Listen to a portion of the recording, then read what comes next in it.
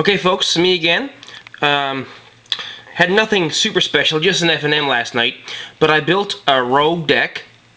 I couldn't sleep the night before, and I had a summoning trap made, and looked pretty good. A few changes to the normal deck, and then I was like, couldn't sleep, and one of the points when I was pacing, I was like, these cards go good together. Oh, and that, and that. And this deck came out of it, and so I built it, and I'm putting it on YouTube because, well, I don't know, I don't think anyone's posted a deck list like this yet, but I'm sure someone will, besides me. But anyways, maybe I'll beat them to the punch now, and they'll just perfect it. But I posted this deck because it's a rogue deck, the first rogue deck I made in a long time that did well. I went 3-1, and the matchup I lost, I almost won. Both times, I was winning the next turn, and he top-decked into an answer to win the game. So, that was annoying. But anyways, I went 3-1, and first deck not only did well with, but also had a lot of fun with, so I really wanted to post it.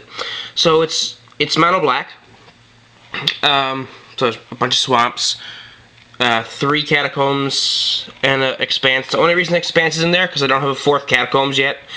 I don't have any of the black-white one. I wanted to run at least 4 fetches in the deck. So let's go through. Mortician Beetle. 1 black, 1/1, sack. Whenever someone sacks a creature, he gets a counter.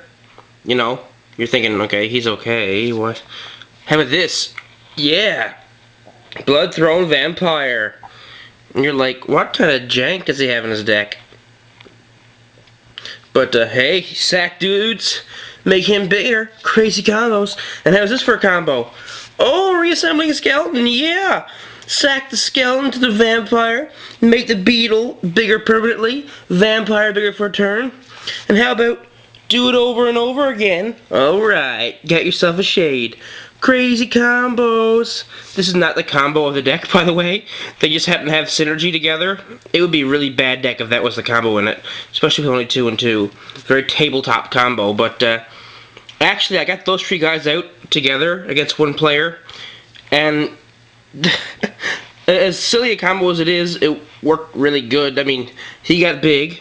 At one point, also during the game, because of cards I'm about to show you, this guy was a 13/13 one turn, so, you know.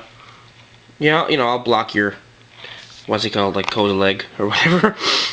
But, so anyways, more cards for the combo. Yeah, Bloodghast! Bloodghast is the reason I wanted the fetch lands. Bloodghast is just so, he's awesome, period.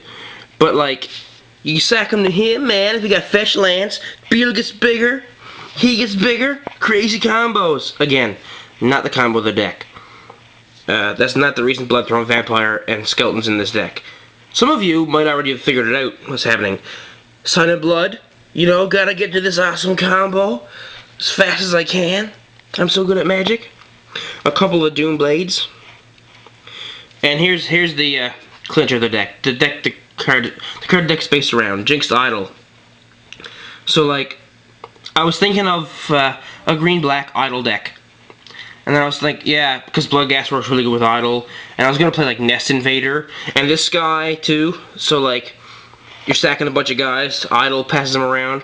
Then I was like, well, you know, there's other cards in black that'd be good with Idol. Like, this guy's great with Idol because you get a dude to sack to it, and they lose a dude that they could have sacked to it. So he's just amazing. He's good anyways, but, so it's kind of like Vampire Idol, you could say, since there's more vampires here. These, you know, they're just a solid card. They're good in any black deck. I've seen them in Grixis, so, I mean, they're just solid. The Vampire Nighthawks.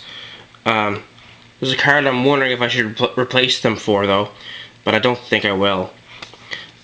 So yeah, so you see the synergy so far. You sack Bloodghast to the Idol, play land to get Bloodghast back. Or, I mean, you could sack the reassembling skeleton to the Idol and get him back 1,000 trillion times, so you never have to take the Idol again. And plus, this guy gets really big when you start doing that. Or if you're having like a trade wars with them, like they just gotta stop and keep the Idol. They're better off instead of having a huge Mortician Beetle, just for the sake of you spending mana. So then I'm playing 3 Consuming Vapors. Again, they work good with Idle. You're 2 for 1ing them if they have 2 guys out. And so that helps for the Idle to work. But also, another reason for going mono black, how about some, you know, some Persecutors?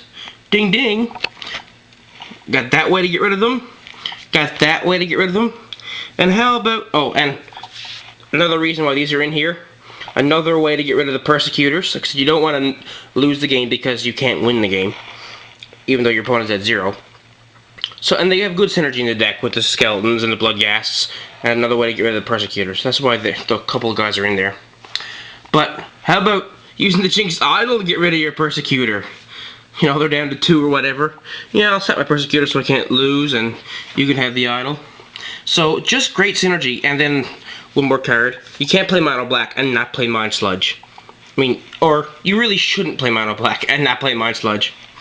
So that's the deck. You're probably thinking to yourself, well, there's some cards missing. You're playing Mono Black, you're not playing Tendrils or Corrupt. I mean, I had to cut cards, and it was really hard to cut Tendrils, especially. That was really hard. But I put in 2 Doomblades because the only I had the Malakir and Consuming Vapors, so I wanted instant speed removal that could knock out a Baneslayer easy, or a Gideon, where Tendrils can't kill Gideons. And like you need F5 mana to kill the Baneslayer, so I thought these are just safer. Run a couple of those. Like I said, I really enjoyed the deck. I don't have my sideboard here to show you. The sideboard was okay. What else to say about it? I mean, the synergy is easy enough. Mono Black, Jinxed Idol, aggro deck. Pretty awesome. I bet 2 games I won straight up because of the Idol. Straight up. And getting it over there easily with Bloodghast and reassembling Skeleton. Here's a card that I really want to put in. I don't know what, because I'm losing so many vampires. I cycled my Bloodghast so often that Callistra Highborn would be just epic. But I don't know what to pull. And I've considered pulling the Prosecutors because I actually didn't deal much damage with them. It was so, the deck is so fast. There's another reason why I didn't buy any Grave Titans to put in it, because I several times I topped at 4 mana and couldn't even play Mind Sludge. So 6 mana is hard in this deck. You could edit the deck though and have like a Jinxed Idol Mono Black control deck. That would work. And then obviously if you're like a little more mid-range, use Crystal Ball in it. Probably use Grave Titan, because it's really good with Jinxed Idol. Gives you lots of dudes to sack. So you could probably run the deck that way too. I'm